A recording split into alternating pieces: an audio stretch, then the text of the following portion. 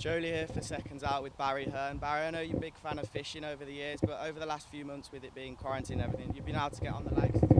Yep. I'm fortunate. I've got a little lake at my house and I've been fishing there a couple of times a week. Stopped myself going mad. Enjoyed it. But, today's a different type of day. That nice bit of fishing, but also that little extra edge of a bit of competition with all these sharks here, Those rugby league boys, they're bandits, the darts players, the snooker players. So it's enjoyable. It's a lovely day.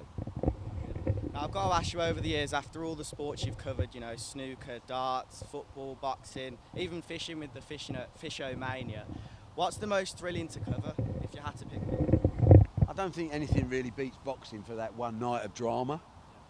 Snooker builds like an Agatha Christie novel over a long period of time and reaches amazing crescendos of drama towards the end of every game. And darts is, of course, the biggest party the world's ever seen, which is fabulously fun to be at. So, but I think, for actual shock to the system, the adrenaline rush, probably boxing comes out top.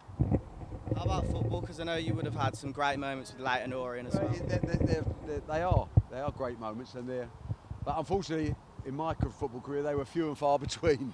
But the great moments, drawing with Arsenal in the FA Cup, winning promotion at Oxford, they'll live with you forever, and they're right up there on the top 10 of adrenaline rushes of my life. Something that's been surprising to a lot of people in the boxing world recently is the proposal from Frank Warren to Matchroom, the collab with Queensberry and Matchroom, of course. What was your first? What were your first thoughts when you saw that? Well, my thoughts is he hasn't got anything to do with his fighters. I mean, obviously, everyone's under pressure. Frank's under a lot of pressure as well. It does make sense, but it's like a question of everything else. It's who brings what to the party, isn't it? I mean, he's got some good fighters. There's no doubt about it, and those fighters want to fight in big fights. We've got, obviously, significant, shall we say, TV contracts and site contracts around the world, which makes Eddie the #1 in the world by a country mile. So, there's lots of promoters would need a helping hand, and we'll try and help as many as we can, including Frank Warren, but only if it's the right thing for our fighters. How many of the, I think it was 11 fights he proposed, how many you think are possible of actually happening? Why not? Fighters need to fight. But it's a question of, look, you know the game. It's very complicated, isn't it? We're with Sky. We're with DAZN globally, and we're with Sky in the UK. So goodbye BT. We know who we work with, and is that going to? There's always going to be these problems. Do BT want boxing? I don't know. I don't know anything. All I know is fighters want to fight, and we want to put on the best fight. So if Frank's got fighters that he wants us to use, or will make available to us to use, why not? But usually there's no such thing as a free lunch. Usually people want something out of that, and that's where the deals fall down. Maybe he wants it on BT. Well, can't happen. Maybe he wants to be involved in the show. Maybe he wants some of the profit of the show. Well, can't happen. But the fighters can definitely get the fight. That can happen, and all these fighters can be involved in big fights, and no one does bigger fights than Eddie. So I don't know what everyone's game is. Do you? You got any idea? Well, what does he want out of it? I'm guessing he wants to earn a living. Nothing wrong with that. We all want to earn a living. Good luck to him. Of course. Now, I want to take you back to when you first met him, because I know you've done some deals over the years, but when did you first meet him, and how long ago was that? Meet who? Oh, well, I met Frank Warren when he was doing cigarette machines in the East End of London, and I was doing pool tables and jukeboxes, and he was promoting some unofficial boxing with the likes of, the big boys. I mean, he was always a ducking and diving type, a North London boy.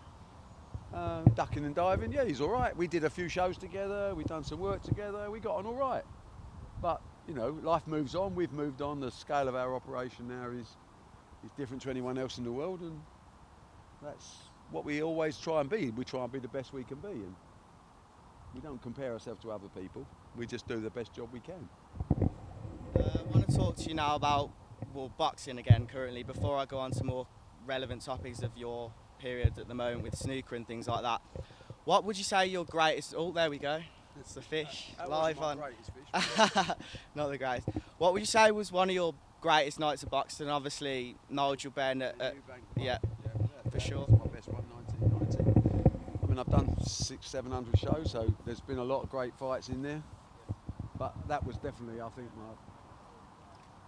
that was a big night for lots of different reasons. It was also a great fight.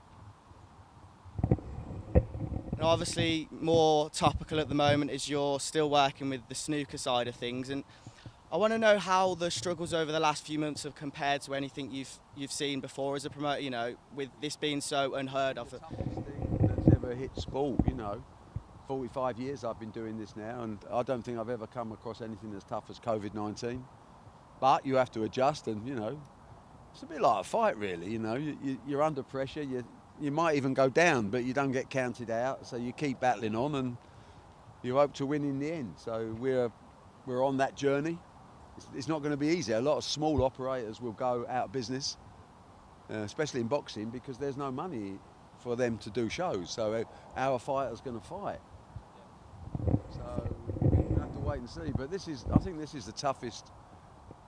I mean, it sounds difficult to say, but we've always been ready for problems. We've always had reserves. We've always had money to back so that we don't let anyone down, and we can look after our broadcasters, our athletes. But this is tough, and we don't know. The real toughness is we don't know how long it's going to last. It could be over in a month or two, or we could be having this conversation next year saying, when are live crowds coming back, Boxing needs live crowds more than most other sports. I want to ask you about Eddie now, because of course, originally he was sort of just known as your son, Barry Hearn's son. We know that you were a famous promoter beforehand. How long ago do you think he sort of stepped out of that shadow? Yeah, I'm Eddie Hearn's dad now. I'm not at all. I'm quite enjoying not being at all famous. It's quite nice. He's a good operator. I mean, the boy's learned from the bottom. He's always been keen since about the age of 7 or 8 years old. He's living the dream, and he's a good man. And he has the backing of me and the company behind him. So he has a lot of advantages over everybody else. But he's also a very, very good operator in his own right. So I think he's way surpassed anything I've done. Thanks for your time, Barry. Cheers.